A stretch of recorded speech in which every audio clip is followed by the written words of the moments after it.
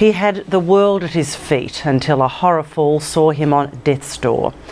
But now football star Cameron Thurley has been given a second chance at life. In his first television interview since the dramatic incident that shocked the Tasmanian sporting community, the Clarence captain sat down with Brent Costelloe to reflect on 3 of the darkest months of his life. If it wasn't for the bandages he's wearing to protect his reconstructed skull, you wouldn't suspect Cameron Thurley has just endured the toughest period of his short life. Cam, the big question first of all is, how are you? Yeah, really well. It's been a long sort of 3 months from the start date to the end date. But at the moment, feeling really good. In the early hours of October 5 last year, the 32-year-old had just finished celebrating with teammates following the Clarence Football Club's best and fairest night. For the memory that I've got, it was one of the best nights I've had. But that changed when he fell down a flight of stairs at Hobart's observatory night spot. I actually went and shouted the guys some drinks, and then got the waiter to walk them up to where we're sitting, and I sort of let the waiter go through and had my hands in my pockets, and went to lean up against the wall just to let it go through, and just missed the wall.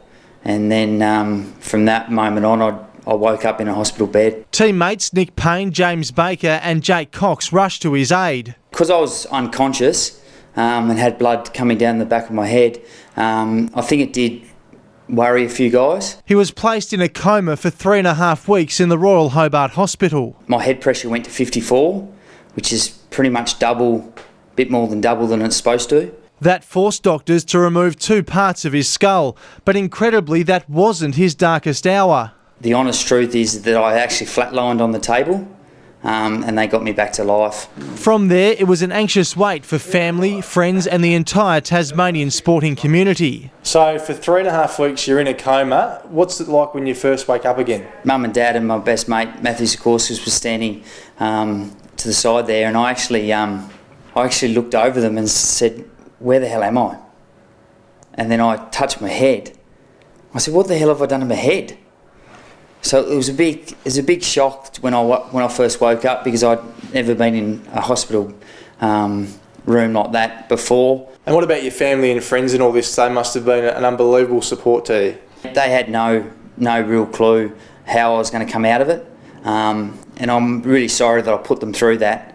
I owe them big time. Big time. They've been fantastic. Thurley also fractured a bone in his foot during the fall, forcing him into a moon boot for almost 6 weeks.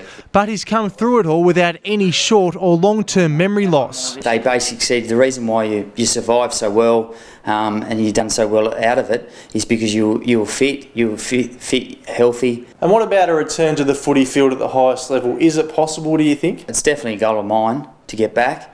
But there's a lot of hurdles to come. If that doesn't eventuate, a career in coaching may beckon. Dad used to coach, so it's certainly in the blood, and I'd love to have a crack at that. The former Geelong and North Melbourne player says the accident won't keep him away from night spots in the future, but due to doctors' orders, he'll lay low for the next 12 months. There's still some brain cells that are deciding whether they want to survive or not, and the surgeon said that if you have alcohol, you basically kill those cells. After having the last of his stitches removed yesterday, he'll still be required to attend 2 rehab sessions a week, but a return to normal life is almost complete, including a possible return next month to his job at Australia Post. I want to get back to normal as quickly as possible, and that's me doing absolutely everything I did before the fall, but that's going to have to be patience. Cam, great to see you on the mend. Thanks so much for your time.